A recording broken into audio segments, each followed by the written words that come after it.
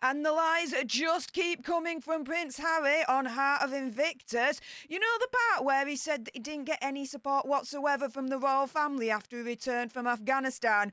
Well, I've got the receipts from his own mouth himself with 2 interviews that he did back in 2020 and 2016 where, yeah, he's saying the absolute opposite. So make sure you subscribe to this channel and stay tuned for more details in this Daily Nerd starting right now.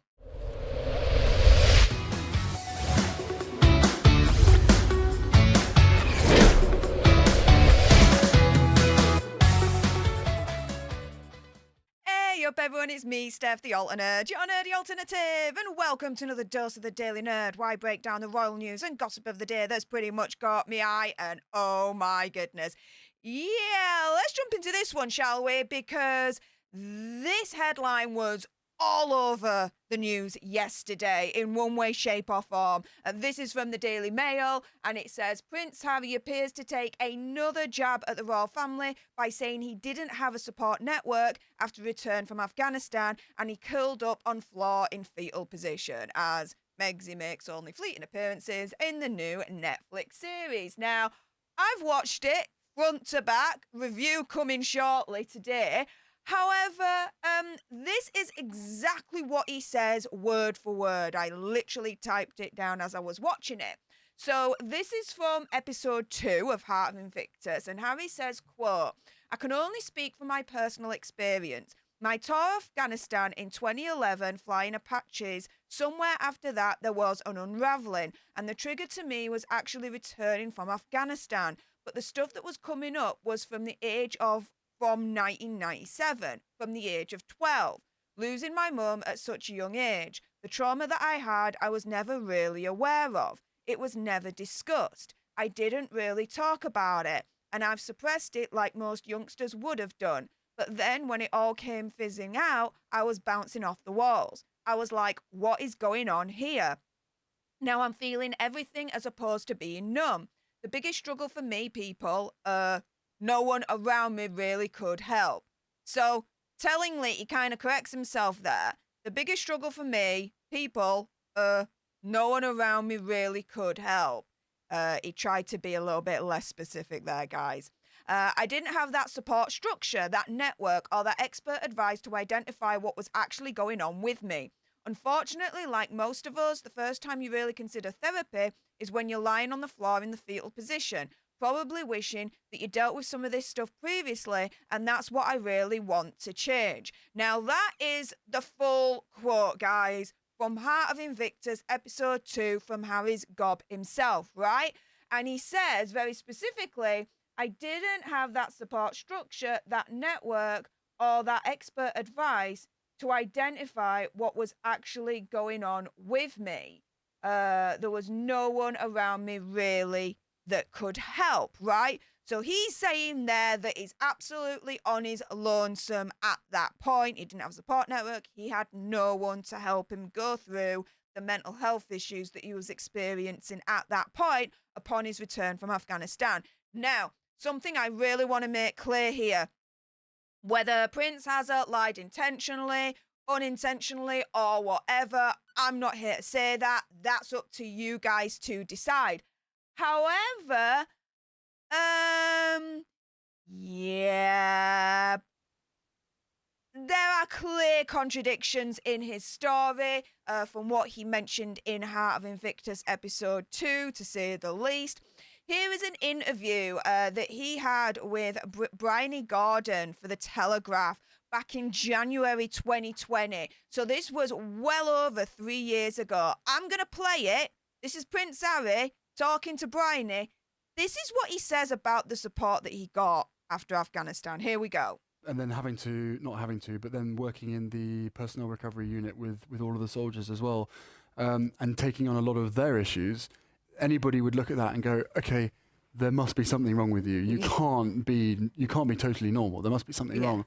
And I sort of buried my head in the sand for many, many years. And so that makes sense. You know, people with mental health issues, they can bury their heads in the sand. It's exactly what I did. my mental health issues, I buried my head in the sand. I bottled it up for years, guys. My goodness, when it came out, it was like a nuclear explosion. So I do empathize with Prince Hazard. Let me be straight here. When he says, look, you bury your head in the sand because, yeah, you do, guys. Some people have written about it and suggested that there might be something wrong with me and it might be Afghanistan related. I can safely say it's not Afghanistan related.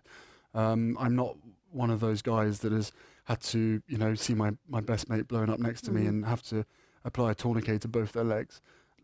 Which, thank goodness, it's not something you would wish on anyone to experience, not even your worst enemy. So, fair enough. He was spared that, right? Luckily, thank God I wasn't one of those people. But I can safely say that losing my mum at the age of 12 and therefore shutting down all of my emotions for the last 20 years has had a quite serious effect on not only my personal life but also my work as well.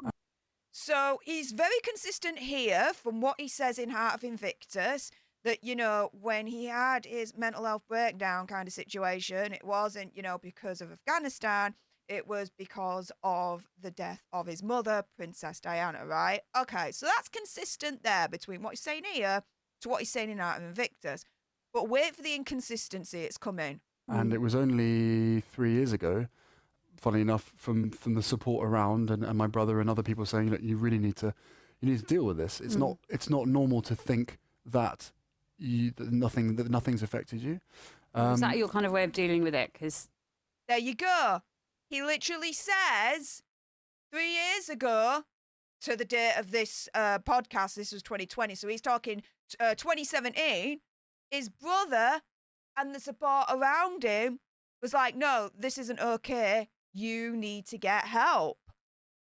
So for him to turn round, right, and say here, the biggest struggle for me, people, no one around me really could help. I didn't have that support structure, that network, or that expert advice to identify what was actually going on with me. Well, he literally says in this podcast that his brother and the people around him, which would have been the royal family at the time and the courtiers, were like, no, you need to get help. Let's get it sorted, right? And this is Prince Harry saying this back in 2020, right? Now, you might be thinking, well, hang on a minute, Stef. Maybe he actually means the army, the British Royal Army, British Armed Forces, that kind of situation, right? Well, let me direct you to Exhibit B. This was back in 2016, guys. And this was Prince Harry discussing his support after the Afghanistan tour. He was speaking to Sky News alongside Invictus Games competitors, where he talked about the dark moments in his life as a soldier. So the article here says that Prince has spoken to Sky News about the psychological support he received after serving in Afghanistan. He also spoke about how he can relate to those competing in the Invictus Games because of the images I've been unfortunate to see in combat zones. Slightly contradictory to what he said with Bryony in this podcast here, but maybe, the images that he's been unfortunate to see are slightly different to what we would think, okay? So I'll give him a pass on that, fair enough.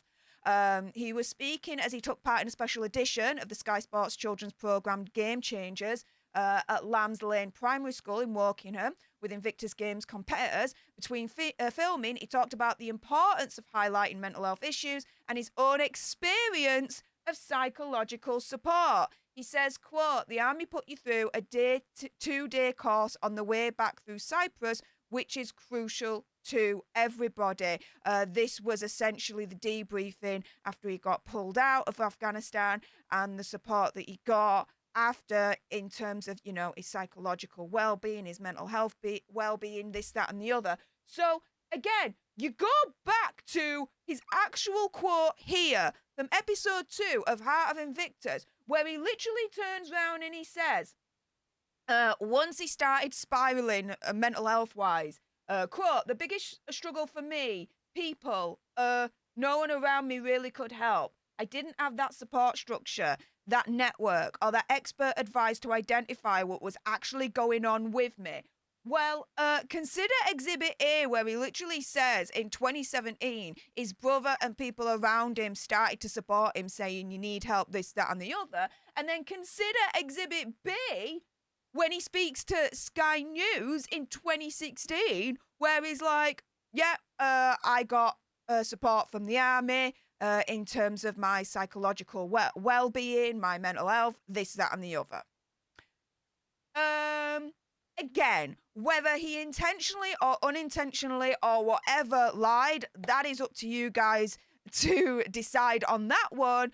But either way, what he said here is proper misinformation and, again, lied.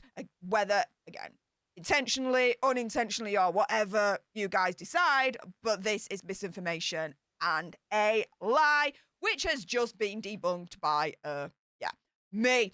With that being said, if you appreciated this video and you want more, and believe me, of course there's gonna be more, then make sure you subscribe to join our alternate tribe. I'll be honest with you, help us get to 100k so we can get that silver play button right there.